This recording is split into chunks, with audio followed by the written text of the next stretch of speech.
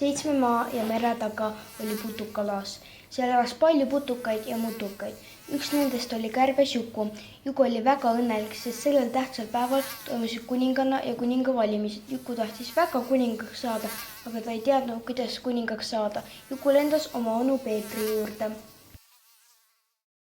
Juku, sa pead ainult kõne pidama ja endast hea mulje jätma.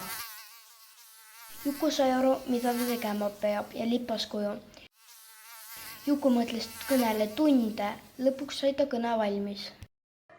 Kallid putukalane putukad, tahan öelda, et soovin olla teie hea juht ja kõiki abistada, kes seda vajavad.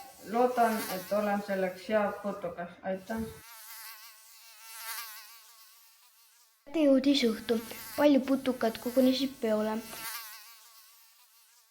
Lisaks Jukule tahtsid valitsejaks saada ka Sajaaugne Sass, Kõrvahark Kalle ja Lepatriinu Triinu. Nad kõik pidasid oma kõne. Peale kõiki kõnesid peeti aru ning kõik olid nõus, et kärbes Juku oli kõige õigem kuningas putukalaanel.